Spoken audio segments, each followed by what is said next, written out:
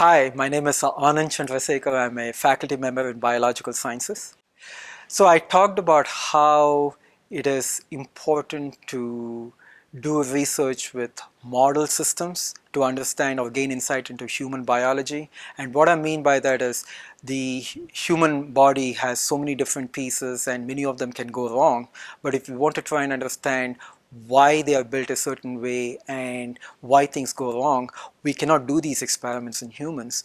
Instead, scientists have discovered a lot of different model systems, such as yeast cells or fruit flies or roundworms or mice or fish, where one can study all of these same processes and discover how they work and why they go bad, and we can then gain insight into human health that way. So clearly doing modern system research is very beneficial for trying to understand and to improve human health. So for example, when you think about the human heart and the problems with heart disease where there's a blockage of some of the heart arteries, the reason then people have problems is the heart tissue then dies. And then once the tissue has died, then it's very hard for the human heart to really repair itself and regrow some of the tissue that has been lost. But this is not the case with the zebrafish heart. The zebrafish heart functions in pretty much the same way as the human heart does. But the amazing thing about the zebrafish heart is you can damage it, pretty much cut a big piece of it away, and within a matter of days, the tissues will start repairing themselves and grow back. So clearly the question then is, why can a fish heart grow back after it's been damaged, but a human heart cannot? And one can learn a great deal about what the mechanisms are and how can we now reactivate the mechanisms in a human heart that are there, but are for some reason not getting activated after damage. And if we can figure out what that is, then we may be able to really allow or enable a human heart to repair itself after some kind of catastrophic damage. So the other way of looking at model systems is this idea that if we want to understand how different tissues in the human body can be repaired or how we can understand a disease, we now use model systems. So they are very beneficial, but still a tissue in a mouse is a tissue in a mouse. It's not a human tissue.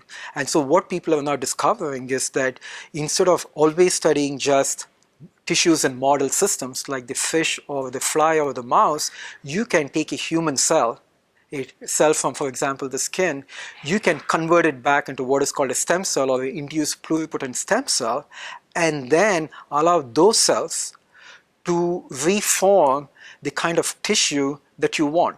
You can make those iPS cells become either heart cells or nerve cells or muscle cells. And so if there were a disease that were affecting one of those tissues in that particular person, you can take their own cells, make them into stem cells, and convert them back into the tissue where you have the disease phenotype. And so you can now recapitulate the disease from the patient in a tissue culture plate, and that gives you tremendous power in trying to design medicines that can treat the disease in that patient, and then you can so engineer a treatment or a protocol that has a very high chance of working in that patient.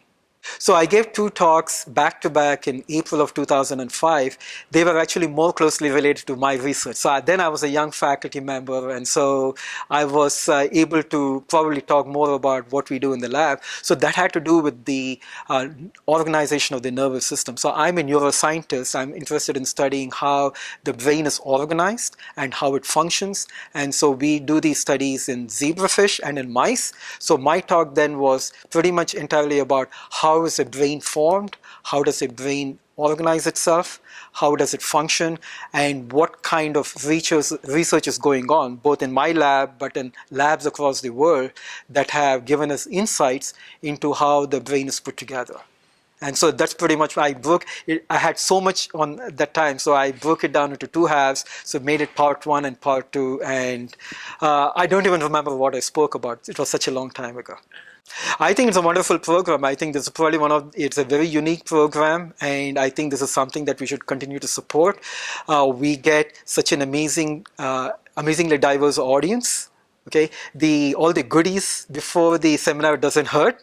I know my sons come here for the bagels and the juice, but they also come here to listen to the great talks. They have listened to talks on geology, they have listened to talks on history and a variety of different things. So I think that this is a very unique resource that Mizzou has, and it draws in people from all across the community to learn something about a topic that they may know nothing about.